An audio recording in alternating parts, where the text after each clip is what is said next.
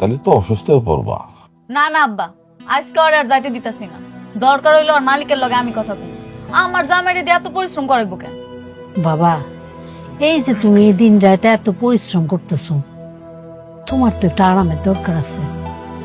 আজকে রাতটা তুমি একটু আরাম করে ঘুমাও, কালকে সকাল সকাল কামে চলে যাইও।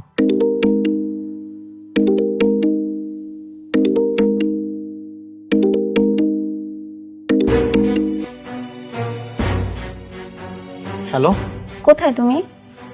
বাবা বললো অফিস থেকে নাকি তুমি সন্ধ্যাবেলায় বের হয়ে গেছো, তাহলে এখন বাসায় আসছো না কেন? হ্যাঁ এই তো আসছি। তুমি কি করছো এখন? না, আমি কিছু করছি না। কোনো কিছু না মানে? আমার তো বিশ্বাস হচ্ছে না। তুমি এখন ভিডিও কল দাও আমাকে, আমি দেখতে চাই কি করছো তুমি।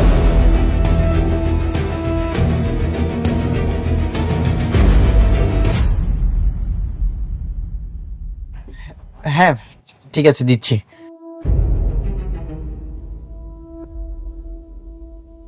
ওরাই ফোন দিছে না? দাও, আমি এসে কথা কম। আমি যাইতে দিব না। না না না না, তোমার কথা বলতে হবে না। আচ্ছা, আমি একটু বাথরুমে যাচ্ছি। অনেক খারাপ। মোবাইলটা লয়ে কই যাও? বাথরুমে কেউ মোবাইল লয়ে যায়?